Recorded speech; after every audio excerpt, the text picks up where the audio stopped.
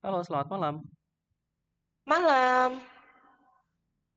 Halo Kak, perkenalkan nama saya Fitra Okto Kurniawan dan selamat datang di wawancara kali ini yaitu wawancara terhadap aplikasi bimbingan belajar yang nantinya kami akan coba benchmark dari em, pertanyaan-pertanyaan dan jawaban dari Kak. Sebelumnya ini, Oh iya, sebelumnya ini bisa diperkenalkan dulu. oh iya.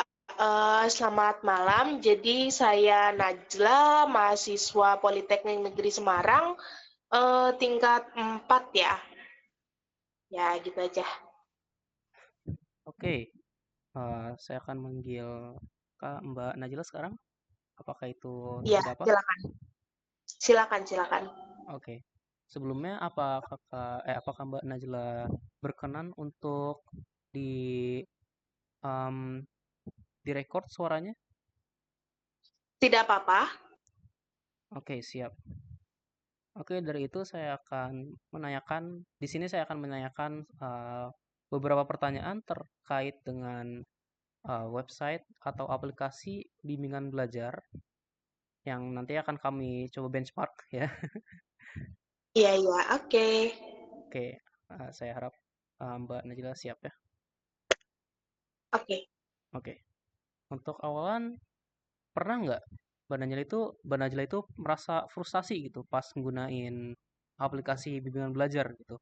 Kalau iya, bisa ceritakan momen atau situasi yang membuat Mbak Najla ngerasa demikian? Pernah sih. Jadi kalau saya dulu kan, kalau di waktu kuliah ini, sepertinya sih tidak terlalu menggunakan bimbingan belajar ya, tapi dulu waktu SMA itu menggunakan, apa namanya, ruang guru. Nah itu, dulu itu masalahnya adalah hanya ada materi dan latihan soal, namun pembahasannya itu kurang rinci, kayak gitu. Oke, jadi intinya itu di aplikasi Ruang Guru pada sebelum-sebelumnya itu di jawaban dan segala macam itu tidak rinci. Alhasil em, menyebabkan bentrokan antara user. Iya, betul, betul. Oke, dari situ apa harapan terbesar Mbak Najla terhadap bimbingan belajar online itu biar lebih nyaman dan efektif? Kalau menurut saya sih, karena sekarang sudah banyak yang menggunakan tool AI ya. Jadi dulu kan pada saat saya SMA itu kan belum ada tool AI. Jadi kalau sekarang kan sudah ada tool AI ya. Kalau menurut saya sih, efektivitasnya ditambahin dengan menggunakan tool AI untuk bagian, apa namanya, pembahasannya. Misalkan nih, sudah ada pembahasan kan, misalkan dalam, latihan soal sejarah gitu, sudah ada pembahasannya, namun pembahasannya kurang rinci. Nah, itu bisa ditambahkan, AI tool untuk, membuat jawaban itu tuh bisa lebih rinci lagi gitu loh. Kalau menurut aku sih kayak gitu sih.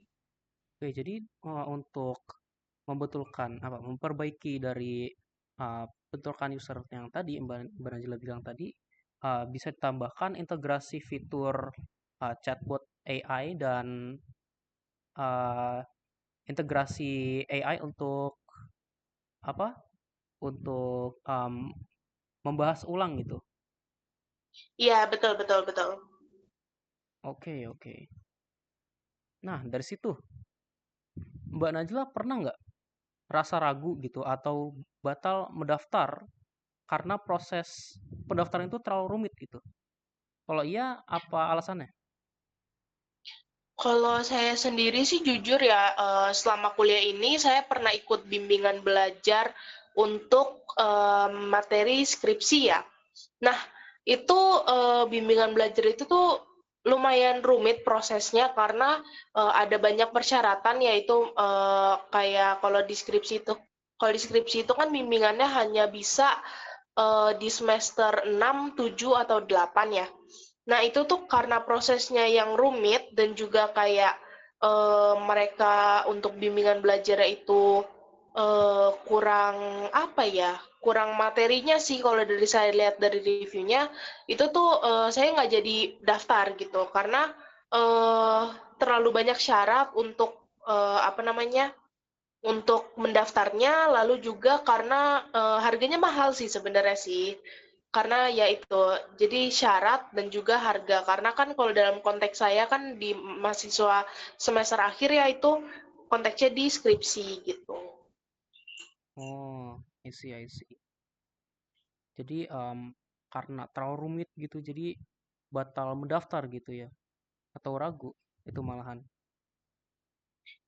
Awalnya sih saya ragu, tapi karena emang reviewnya bagus-bagus, namun apa namanya, meski reviewnya bagus, belum tentu kan pengalaman sendirinya itu untuk dari trial itu saya sudah mencoba dan ternyata kurang enak menurut saya untuk bimbingannya karena terlalu formal. Sedangkan untuk mahasiswa itu tuh karena sudah terbiasa dengan kelas yang tidak terlalu formal, jadi kurang gitu bimbingannya. Nah itu kan kalau misalkan mungkin ya di konteks kamu di mahasiswa semester awal mungkin karena masih awalan jadi belum terlalu dalam ya tentang skripsi ya. Jadi tuh kalau skripsi itu nanti eh, lebih ke materi dibandingin latihan soal gitu. Jadi karena materinya itu kurang memadai menurut saya dari trialnya, jadi ya nggak jadi mendaftar. I see, I see. Oke, oke, oke. Jadi dari pengalaman Mbak Najla sebelum-sebelumnya itu, kira-kira ada nggak fitur yang menurut Mbak Najla bisa membantu dalam proses belajar gitu, selain yang tadi chatbot AI? Eh, apa ya, kalau untuk membantu sih, kayaknya kalau untuk dari bimbingan belajar sekarang ya, zaman sekarang yang untuk materi perkuliahan biasa ya, itu mungkin bahkan kalau menurut saya maaf ya, lebih kayak tidak dibutuhkan gitu. Karena sudah ada YouTube, sudah ada AI meskipun terpisah. Nah, jadi kalau menurut saya sih itu mengintegrasikan saja sih kalau untuk kalian mau develop web untuk buat bimbingan belajar gitu, lebih ke integrasi aja gitu loh, kayak dari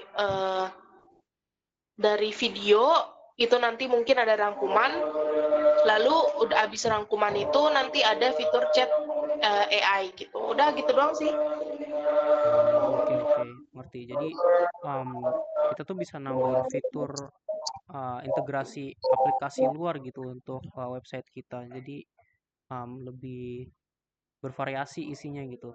Bisa ada chatbot Betul, gitu ya. betul sekali. Betul sekali. Oke, oke.